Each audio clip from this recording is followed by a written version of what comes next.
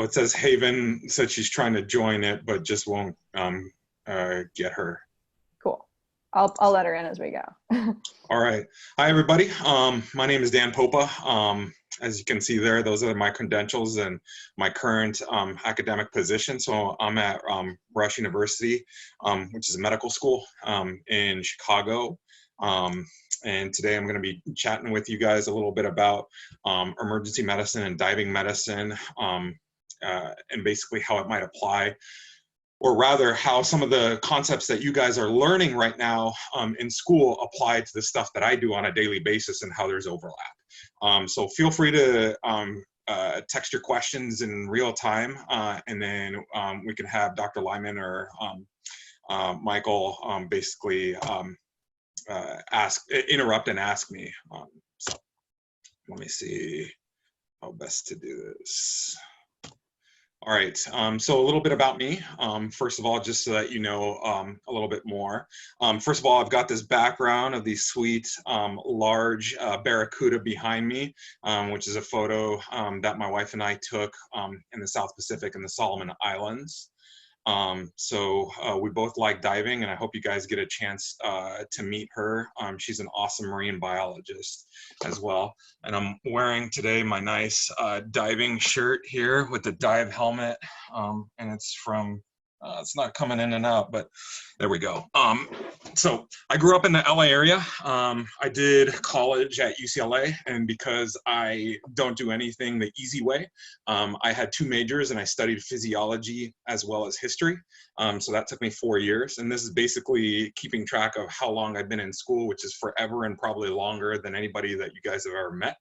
But I really enjoyed it. So I did 4 years of that. Then I moved to San Diego, and I did 8 years of both medical school and graduate school.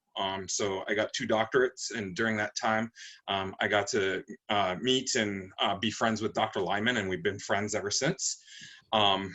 After I finished medical school, and you guys may know this, but if you finish medical school, you're not really a doctor. You have to do some training after that, and that's residency training. And so I did my residency at UCSD at the main hospital in Hillcrest, but then also at the one in La Jolla, Thornton Hospital, in emergency medicine. That's my specialty, and that took 4 years. Subsequent to that, I did an additional 1 year of additional training, which called a fellowship in hyperbaric and undersea medicine, which took me a full year. So you guys may think once you leave high school or maybe college that tests are over, but at least for me, they will be with me my entire life. So I had to take board exams in both emergency medicine and hyperbarics. I had to take those. And basically we'll have to recertify every 10 years just to make sure I stay current. After I finished with all of my training, I stayed on at UCSD as faculty, and then I expanded out and worked a little bit in El Centro, which some of you guys may have been out there. It's a couple hours east on the 8 freeway, or kind of just south of the Salton Sea. Interesting place to work. Really, really cool hospital and cool community. So I got to work in their emergency department. And then just last July, I moved out here to Chicago for my wife. So my wife had finished up her PhD at SIO, and she had finished it back in December of 2019. Or no, excuse me, 2018. And then she started a job at the Shedd Aquarium here in Chicago, where she works as a research biologist. So I started out my research way back when, and basically I'll take you through some of the things, some of the crazy stuff I've done. You guys should be able to see my pointer, I think. In basically all the human subjects research that I've done, I've been a subject myself. So this was a high altitude medicine study, and that's what I got my PhD in. So this is with a mask, and with these wires here are, we're recording brain waves while I slept. This is a hypobaric, so essentially a high altitude chamber here, and this is used for animals. So we did animal research studying rats and mice, and those were models for how humans function and adapt to high altitude environment. Did some work with skeletal muscle, and then here I was a subject there, and I've actually got a tube going through my nose and then all the way down here, and it's sitting in my esophagus. It was unpleasant. So students, he said hypobaric. So there, you might have heard of hyperbaric. So that's like high pressure. Hypobaric means low pressure. So you get lower pressure at altitude, and he'll probably talk about the fact that you get high pressure as you go under the water. So just, I'll put that in my notes too that I'm taking for you all. That's right. Yep. Yeah, so this was using a vacuum basically to decrease the pressure inside there relative to the outside area. So emergency medicine, during my training years at UCSD, I got to do some really, really cool stuff. So down here, this is me fooling around with an old school iron lung. So you guys may have heard in the news a lot about ventilators, especially with coronavirus going around and that being a integral part of how we manage coronavirus infections. Well, these are the precursors to modern ventilators and how they ventilated patients back probably in the 1950s, maybe early 60s. I served as a flight physician on board Mercier, which is a helicopter ambulance. So this is one of the ambulances we used that was parked out just right there at the Palomar Airport. Also served on fixed wing aircraft too. So this is a cool looking corporate jet that looks like it should have a wrapper coming out of it and champagne flowing, but this is actually an ambulance inside made for transport of patients, usually across longer distances. And this is me cut off here on a photo on a really sick patient with one of the guys I was helping train. And we're putting 2 very large IVs in this patient who had overdosed on a medication. And this is one of the rare times when we have to do 2 of these procedures. This is what I normally look like. I am clean shaven in the time of coronavirus, as you can see, with the PPE and some of the stuff that I currently have to wear. Sadly, they didn't have therapy dogs and pet therapy dogs coming by the emergency department in San Diego, but my new hospital out here in Chicago does. So there's this beautiful Newfoundland dog there. So.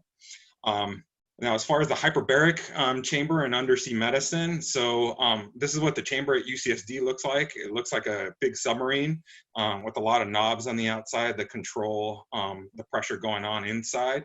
And the inside will be, since it's hyper, right? So the inside will be elevated with respect to the outside, the ambient pressure. And I'll talk a lot more of that.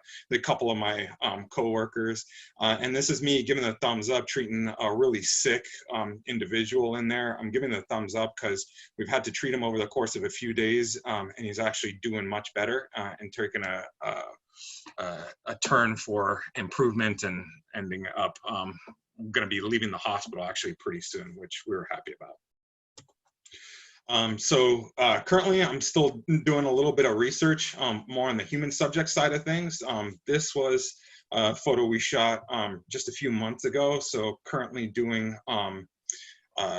some rebreather diving research, which I can get into maybe at the end if you guys have questions about that. It's a little bit more complicated. It's a little bit different than scuba, but basically doing some safety work. So trying to improve some safety protocols there. And this is me, I'm cycling here to simulate swimming underwater while I'm breathing from a rebreather, and then a bunch of my co-investigators. I've also done some work with some fishermen who dive in the Yucatan Peninsula in Mexico. So their economic opportunities are a bit limited, and so they will fish, and they fish year round for all different kinds of things. So they'll fish using nets, they'll fish using hooks, but then they'll also have compressors on their boats and go down underneath the water and either spearfish or collect lobsters or collect sea cucumbers. And unfortunately, they have really, really high accident rates because they stay down an unsafe amount of time to try and make some more money because their options are really, really limited. So one of the things that we've been trying to do is basically help them out and develop a safer way for them to dive and make their living. And so this is me doing an ultrasound of the heart of this gentleman who happens to be a doctor down in Mexico with whom we collaborate as well. So we're going to jump into some actual concepts here. I'll stop talking about, but this is back in the dark ages in 2007. Ignore the business casually dressed mountain goat that you see in the center there. And I'll draw your attention to this individual down here. And oh, who might she be? Oh yes, that is your one very own Dr. Lyman. So let's switch it up and go on to chemistry and talk a little bit about some concepts that you guys are learning about and how they're used in the real world and how I use them essentially on a daily basis. So I'm going to show you this picture here of this gentleman, show you a picture of this woman down here, and then I'm going to show you a picture of these drinks. And I'll tell you that these are all related in an important way and through chemistry, and we're going to talk a little bit about that before moving on to the second thing I'll chat with you guys about. So we'll start with the clinical case from the emergency department. This is something that unfortunately is all too common here. So I basically have, and I use some acronyms, but I'll do my best to define them. It just makes it a little easier for presentations. And in the medical world and in the science world, unfortunately, we use an inordinate amount of acronyms. So a 26-year-old male presents to the emergency room lethargic and not responding to painful stimuli, which is what we call obtunded. So during the physical exam, we examine his pupils and we notice that his pupils are pinpoint and they're very, very constricted. During a check of his vital signs, we noticed that the respiratory rate is 6 breaths per minute. Now, do you guys have a sense for what might be normal? So normal would be somewhere in a person who has normal lungs and is at rest, probably be in the teens. So 15, 18, something like that. So 6 is definitely going to be low. And then during a check of the skin exam, of the patient's skin, we notice this, complete with the junkie marijuana tattoo, as well as the Getty Images stamp from which I freely stole from the internet. So we have that. So what do you guys think the diagnosis might be? I'll give you guys a second and maybe let's see what pops up on the chat.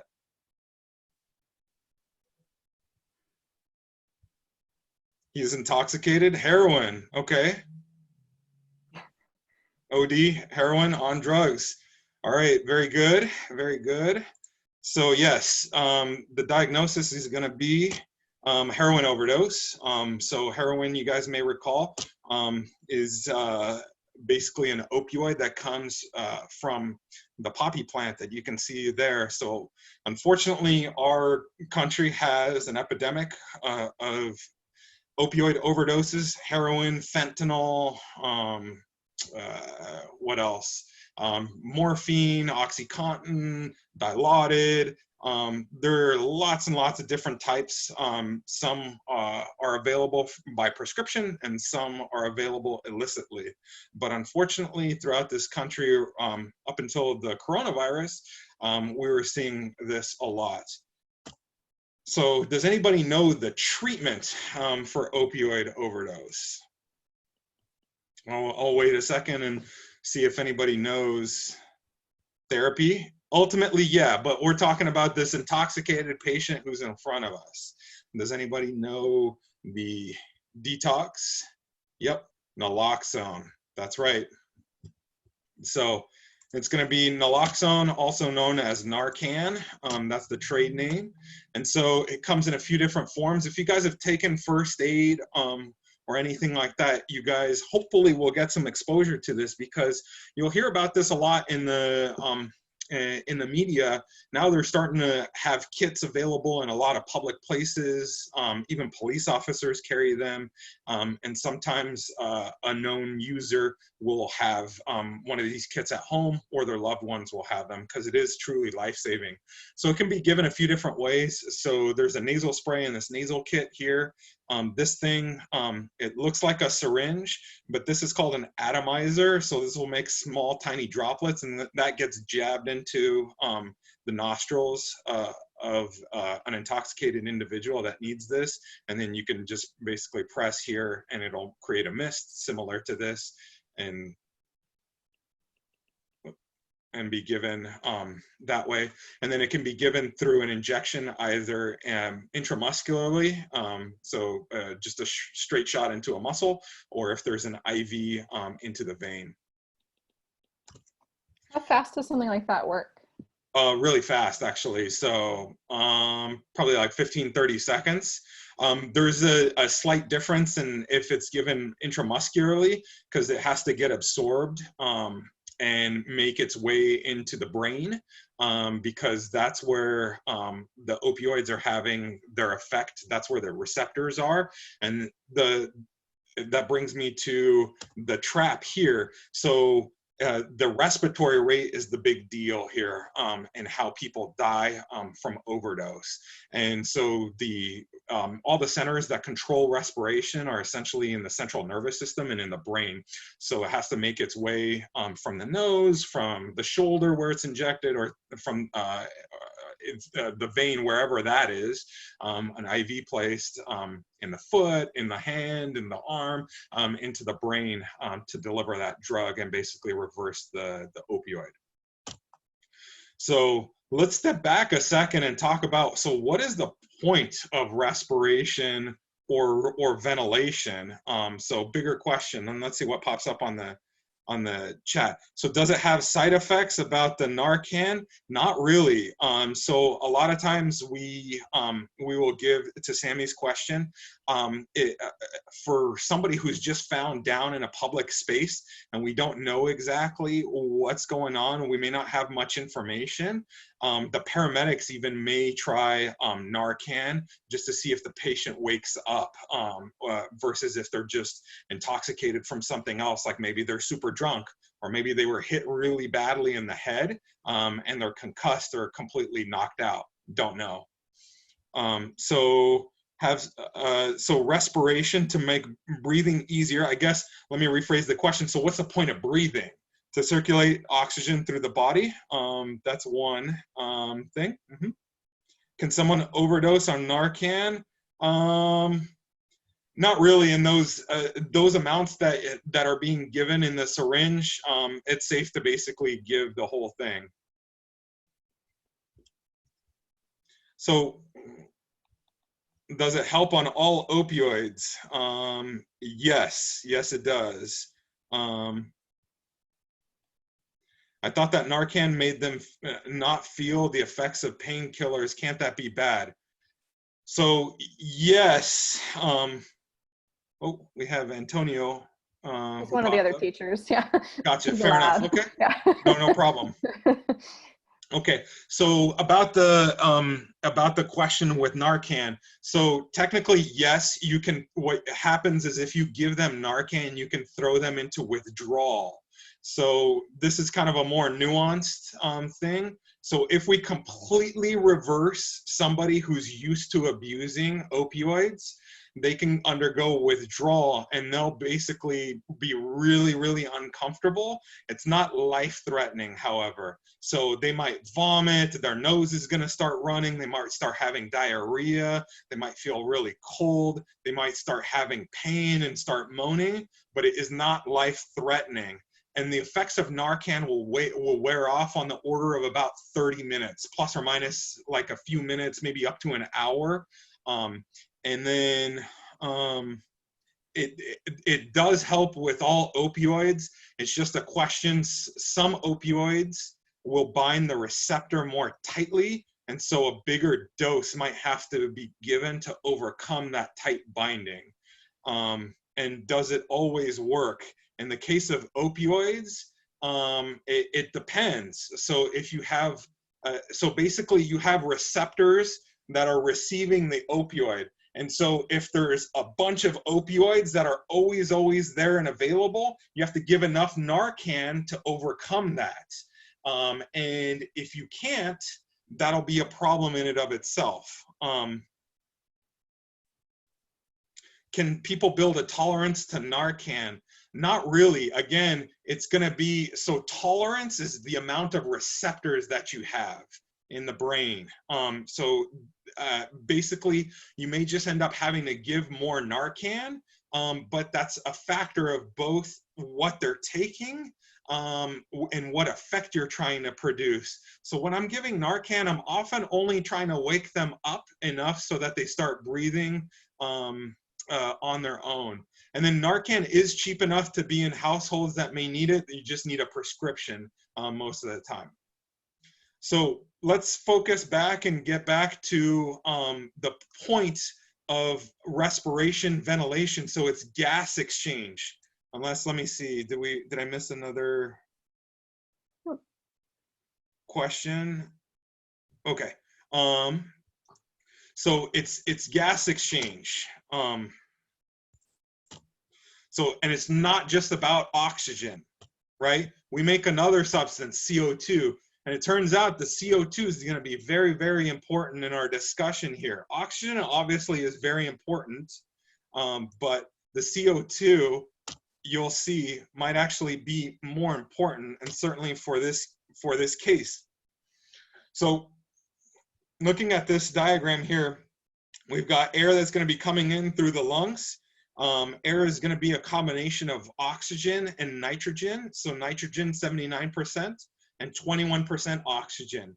So that oxygen is going to get picked up in the lungs here and then basically distributed throughout the body in arteries, and it's going to go to organs where, you know, the liver cells are going to do their thing, the stomach cells are going to do their stomach cell things, and digestion, and they're going to use up this oxygen as part of that, and they're going to make carbon dioxide, which is then going to be taken back into the lungs through veins. And then that carbon dioxide is going to be excreted out and breathed out into the world around us. So who cares about CO2 then? The answer is actually we all do. So hold your breath. I challenge you to see. This is something that we could easily do if I was in the classroom with you guys. You could buy, well, before the coronavirus basically created a shortage of these things, but you could buy a little finger probe there that measures your oxygen level. By measuring how much oxygen is bound to hemoglobin, which is what carries your body's oxygen for the most part. You could buy one of those things for about 20 bucks, and we could basically have you hold your breath as long as you possibly could and see what does your oxygen level drop to. And you would probably see in most people that it's not going to drop by much. In most of you guys, I don't think it would drop at all. You'd probably finish out at 97% still, and your baseline would probably be 98, 99, 100%. So what's happening is the CO2, while you're holding your breath, your CO2 is building and building in your bloodstream. And you have in your brainstem, in your central nervous system, you have centers that sense the carbon dioxide level, and that's when you start getting the air hunger and you start getting the alarm bells going off. So your oxygen level is fine, but yet you're going to feel very, very uncomfortable. And for a more advanced breath hold diver, like you see this woman here on the right side, sitting on this rack here underwater, you know, she's probably had to go through some training and come up with some techniques to overcome this, because it is very, very uncomfortable. It causes anxiety, claustrophobia, spasms, often in the diaphragm, the breathing muscle. So yes, that is why, to Zach's question, that is why breathing out helps get rid of that discomfort. Absolutely. So like if you were to hold your breath, you basically hold it until you feel really, really uncomfortable, and you start exhaling. That is one way to deal with it, because you will dump a bunch of carbon dioxide until basically it builds back up again. So that is one technique. You're not gonna get down to zero, but you'll dump a bunch of it so you can stay holding your breath longer. So let's look a little bit more chemically. So why is CO2 so important then? Because the body, through evolution, right? The body's not going to spend time devoting energy to measuring something if it's not going to be important, right? And it turns out that this being in the brainstem is a pretty basic reflex and really, really important as far as the measuring in your breathing and your blood levels. So why is it so important?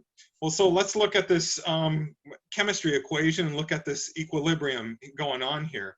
So we've got carbon dioxide, which can mix with water, and that can form carbonic acid, which can then split further into bicarbonate, which is a base, and then hydrogen ion, which is an acid. So CO2 is an integral part of acid-base regulation. And so going back to our OD patient, our heroin overdose patient, so because he's not breathing very effectively, so he's not ventilating and exchanging gas very well, his CO2, if we were to measure in his blood, is going to be really elevated, much more elevated than in you or me who are breathing normally. Well, so if we increase that, and then we basically go over here, this is going to push it's going to cause a disequilibrium here. So it's going to shift the equation to the right, which is going to make more carbonic acid appear to be able to balance these. But wait, now if we have more of this carbonic acid, that ultimately is going to mean that we're going to have more hydrogen ion over here. More hydrogen ion over here, which means he's going to become more acidotic. That's what we call when acid has built up in the blood. So to go back, we have this guy who's injecting IV drugs. We have a free diver who's going down underwater, and then we have the soda. And what links them all together is CO2. Now, you guys may already know carbonic acid, right? Dr. Lyman, have you guys talked about this yet? Not too much with this group. Okay. We haven't done acid base quite yet, but a few of them might have seen it. Yeah. Gotcha. So does anybody have a soda stream? And what do you do if you use a soda stream? What do you do with it? Feel free to text.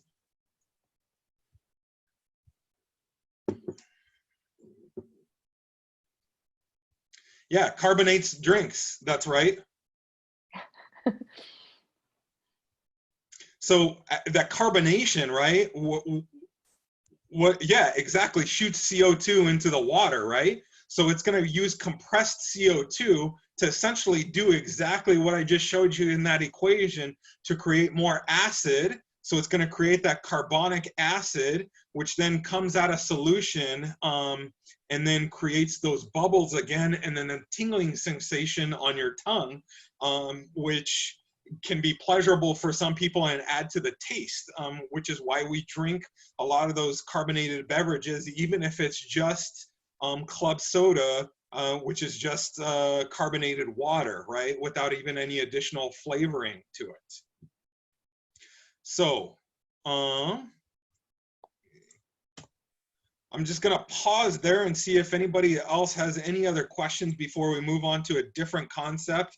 And there's another photo, underwater photo of an anemone and an anemone fish. All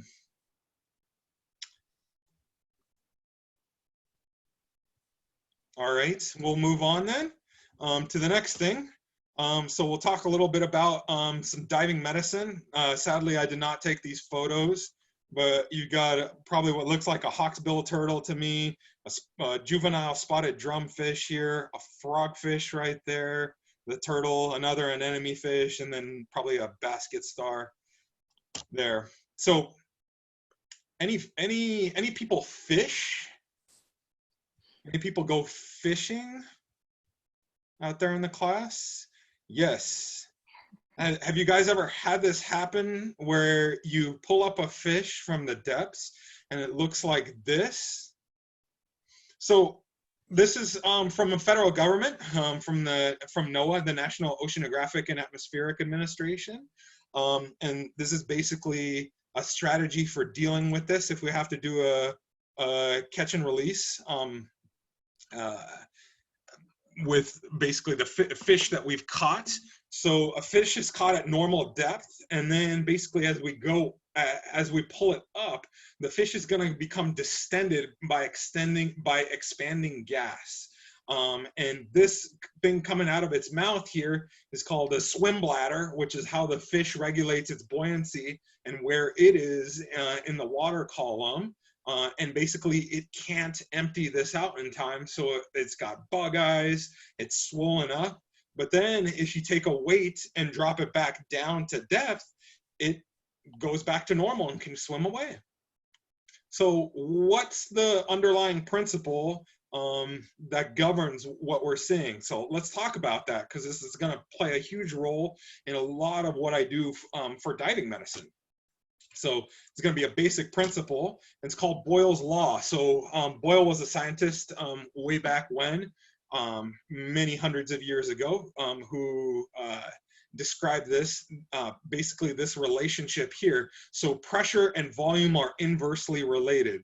So if I take my blowfish here and I'm at sea level here, and I call that, say, the equivalent volume of one blowfish. Let's just say, you know, we can, whatever unit you want, one blowfish, 1 liter, whatever. This is a diving terminology, so that means atmospheres, and atmosphere is absolute, right? So what does that mean? Here at sea level, we have an atmosphere of gas sitting above us, right? We're at sea level. If I take you to Mount Everest, the ambient air pressure is going to be a lot less than that. But pretty much around wherever you are around the world, if you're right at the margin, at the edge of the sea, it's pretty much one atmosphere absolute. Now, if we take the blowfish and we push it down to 33 feet of seawater, so 33 feet below the surface there, it's going to be the equivalent depth of one additional atmosphere. So you add the one that's above the water plus the one that's caused by the water, and you have 2.0 atmospheres absolute. So I'll pause there for a second because I know it's a bunch of acronyms. I'm also writing it down in their class notes, so if they want to look back at it later, I have the acronyms written down for them. Perfect. So based on Boyle's law, actually, so it's going to decrease to 1/2 of the size of a blowfish. And then if we keep going down, it goes 1/3, 1/4. So at 388, it's not 1/4, right? So it's not linear or exponential, you know, it's basically the biggest change. So it drops by 50% here in 33 feet of seawater. To get another 50% change, so to decrease from 1/2 to 1/4, we have to go down another 66 feet of seawater here. So the biggest pressure changes are actually going to be near the surface. And a bunch of you have probably experienced that pressure change relatively close to the surface. If you've ever been in a pool or in the ocean, you've swam downwards, you've probably felt your ears want to pop. Or like the pressure inside your head kind of builds up. So you very likely experienced that even with a small like drop down into the water. That's right. And same thing with basically when you fly on an airplane, right? The pressure is going to decrease as you go up. So you might feel your ears popping as pressure releases. And then when you come back down to land, that's when pressure is going to be building again. So let's spin it around though and change what we're defining as our one blowfish too, because this is important so that we understand. So if instead we're almost at 100 feet of depth, say 4 atmospheres, 99 feet of seawater, and we define that as our one blowfish size, and then basically we take it up to 2 atmospheres absolute, then we get double blowfish size, and then if we take it up out of the water right at the surface, it's going to be at 1 atmosphere absolute and a 4 blowfish size. This is going to be super, super important clinically. So scuba diving, it uses generally compressed air, which as I mentioned before is 21% oxygen and 79% nitrogen. That's generally all that's in there. Other people dive with all kinds of other crazy mixes and scuba tanks and stuff, and that's really beyond the scope of this talk, but that's what a lot of people will use, just your basic scuba tank. So if you come up too quickly and you're breathing the whole time, that can cause bubbles to show up in arteries or even veins, and that's in part what decompression sickness is, or the bends. Now those bubbles in turn, through the arteries and through the veins, will cause a whole bunch of destructive processes. So it'll cause inflammation, they'll cause blockages, and it can cause serious injuries, so paralysis, and even death. So it is potentially life-threatening. So this is a good graphic. It's old, but it does a good job of explaining some important aspects of scuba safety here. So if I take a balloon here and then I'm at the surface and I take it down a depth, it's per Boyle's law, it's going to get smaller, and then vice versa, we go the other way. So as Dr. Lyman was mentioning, if we're at the surface here, we're going to have equal pressure on either side of our eardrum. So the part on this side of the eardrum is called the external ear, even through the ear canal, up until it hits its eardrum. On the other side and on the inside part of the eardrum is actually called the middle ear. So there's pressure that's equalized between the middle ear and the ambient pressure. But if we go down, like even in a swimming pool, even just a few feet, you'll start feeling your ears hurt. And that's because the pressure on the outside is building up and causing your tympanic membrane, your eardrum, to push inwards, because your middle ear, unless you make it pop, has lower pressure, so it's bowing out. And if we're basically pushing through that and think it's a good idea, or there's an emergency, or we're getting pushed down by a wave, whatever, if that pressure on the outside overcomes the ability of the eardrum to resist that pressure, you're going to end up with rupture of the eardrum, and you're going to be in a bit of pain, and you're going to find it difficult to hear. That's going to repair itself, usually in time, but it is probably one of the more common scuba diving injuries, although again, it is quite rare because scuba diving is surprisingly pretty safe. Despite all the stuff that I'm going to be talking about, it's actually quite safe. So then, if I'm down at depth and I've made it down successfully, and I'm on a scuba dive, I've been breathing the compressed air for about 30 minutes.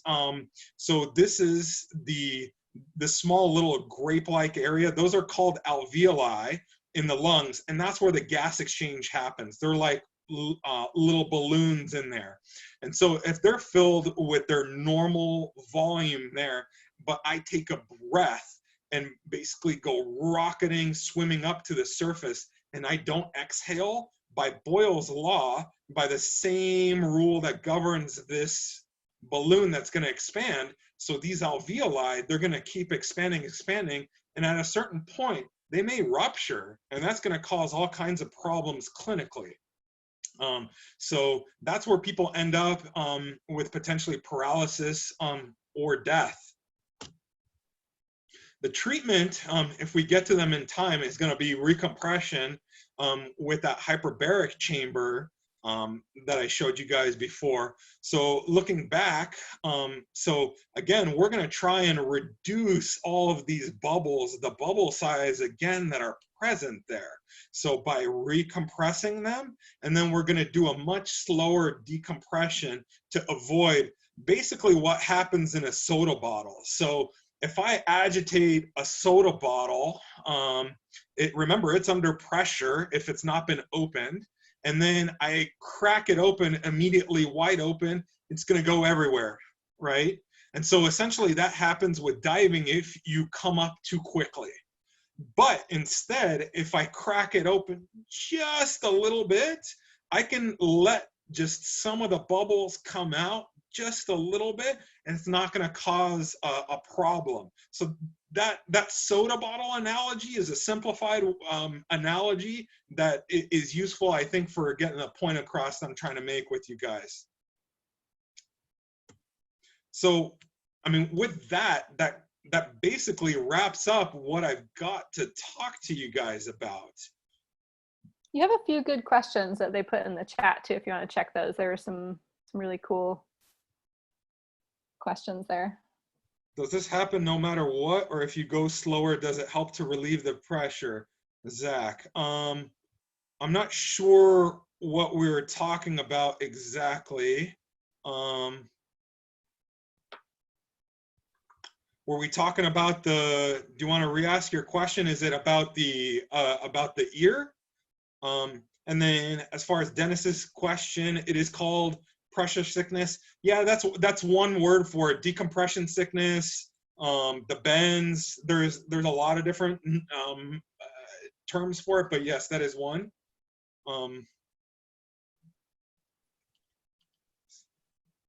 Pressure on your lungs, ears, etc.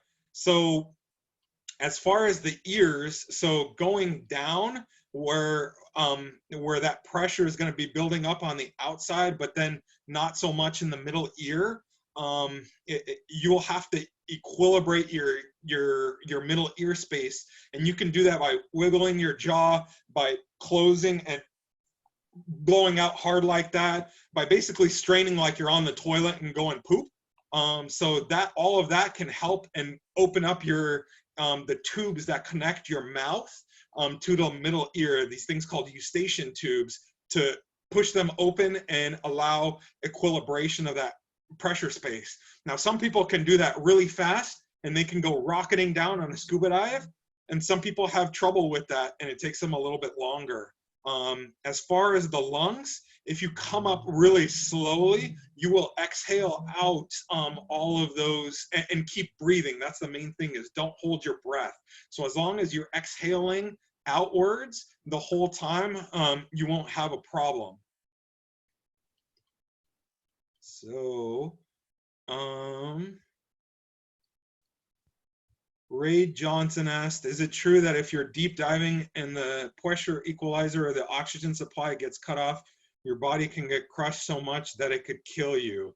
Yeah, but we're talking about really, really deep depths. And basically, I mean, nobody's going to be diving down that deep, so in the ocean without some sort of protection.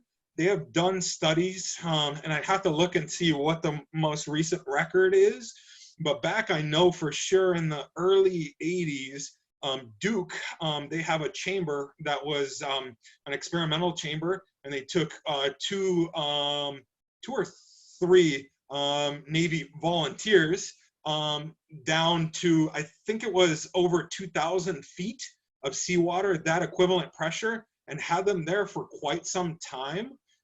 And they did okay. But at that point, the weight of the gas becomes really difficult. So your lungs essentially are having to work really hard, and your chest wall is working really hard to move that gas. Because remember, gas has weight. We don't perceive it as such, but it does. And if you start pressurizing, in order to get a full breath, you're going to have a lot of molecules of gas in that one breath, especially at the deep pressures like that. And so the weight of the gas becomes something that's a little bit difficult to overcome. So even things like walking or moving becomes very, very difficult because you have to overcome that resistance and that pressure.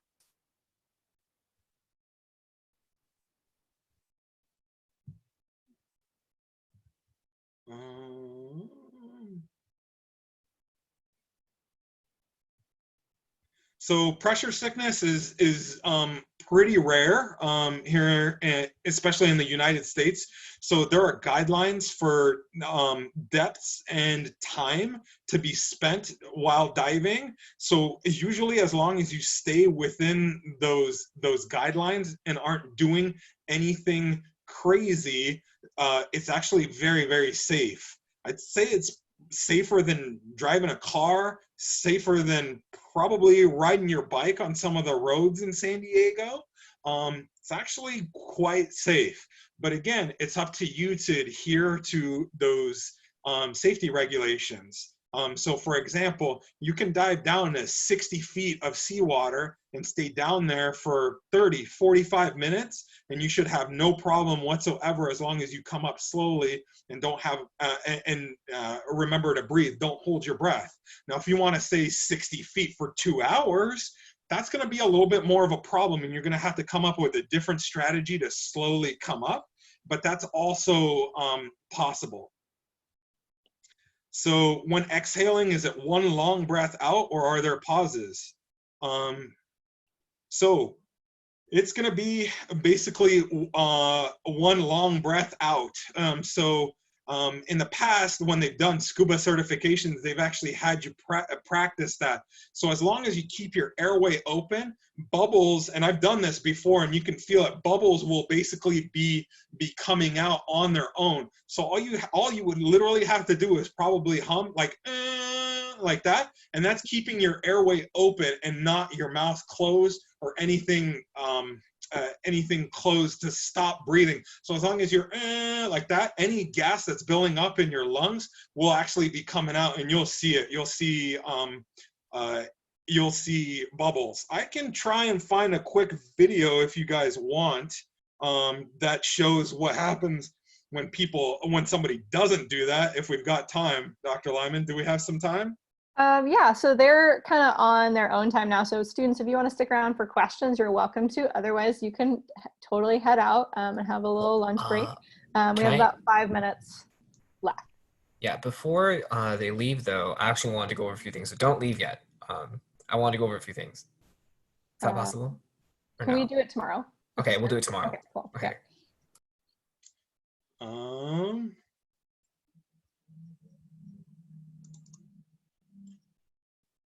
Or you can throw it in the chat, Michael, too. Give me a second here. Yeah. Well, he's looking that up. If anybody has any more questions, any last questions, go for it. Or Michael, if you wanted to talk to them super quick right now, that would work too.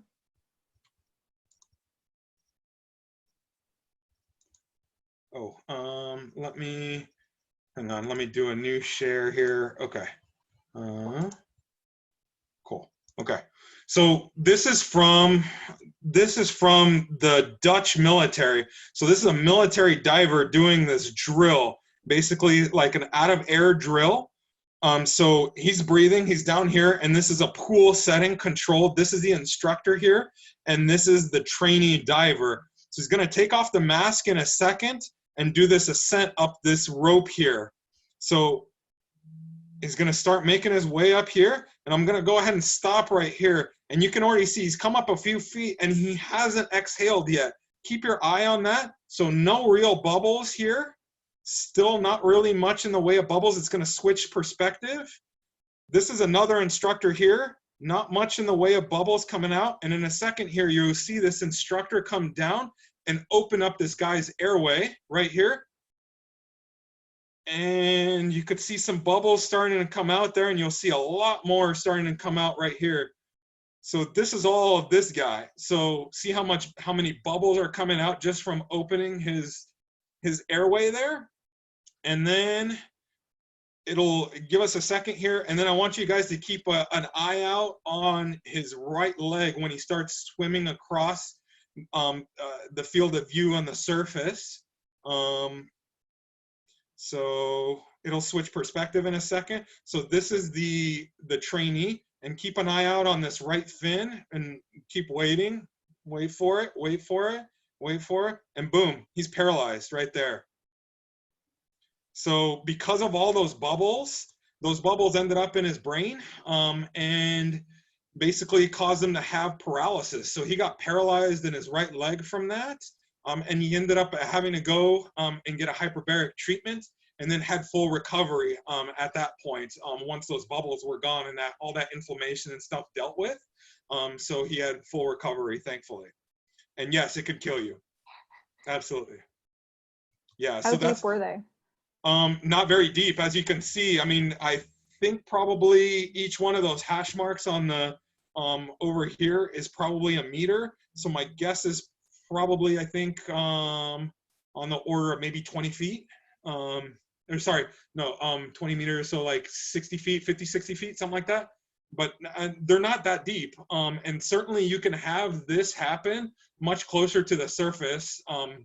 So even in just maybe about 10 feet of seawater, that can happen if you're breathing off a compressed air tank and then you come up rapidly and you don't exhale. That's certainly enough depth to cause some serious problems. Cool. I mean, not cool, I guess, but it's been about 20 years since I got scuba certified, so. Yeah. That said, I mean, again, it's still very, very safe, because all you have to do is just remember to never hold your breath scuba diving.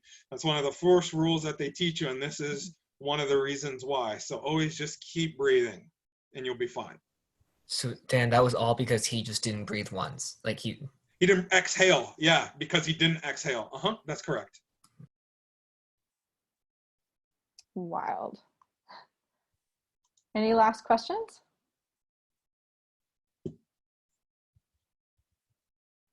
All right, thank you guys very much. Really appreciate you guys sticking in with me and listening to me. Take care. Oh, favorite part of my job, Zane is asking. Gosh, that's a tough one. I really, really like the people that I get to work with. So they're some of the best people. I work in a setting where I get to train and teach a lot. So that's really rewarding. And then ultimately, I think helping the patients out. So I love my job because, so one of the things that attracted me about emergency medicine is I don't have the diagnosis when the patient comes through the door. A lot of times there's not very much information. Literally all I could have is just the person in front of me, and they were found down and they're not responding to anything. And that's all I got. And I got to try and figure it out from there, and basically not only figure it out, but stabilize the person or even save the person's life. And so having that skill set, I think is really, really cool.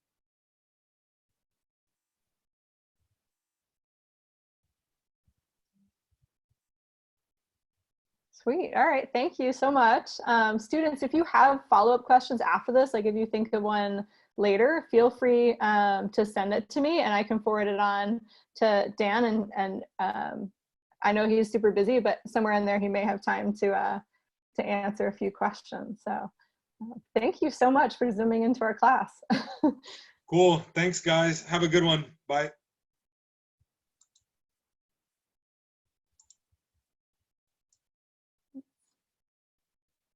All right.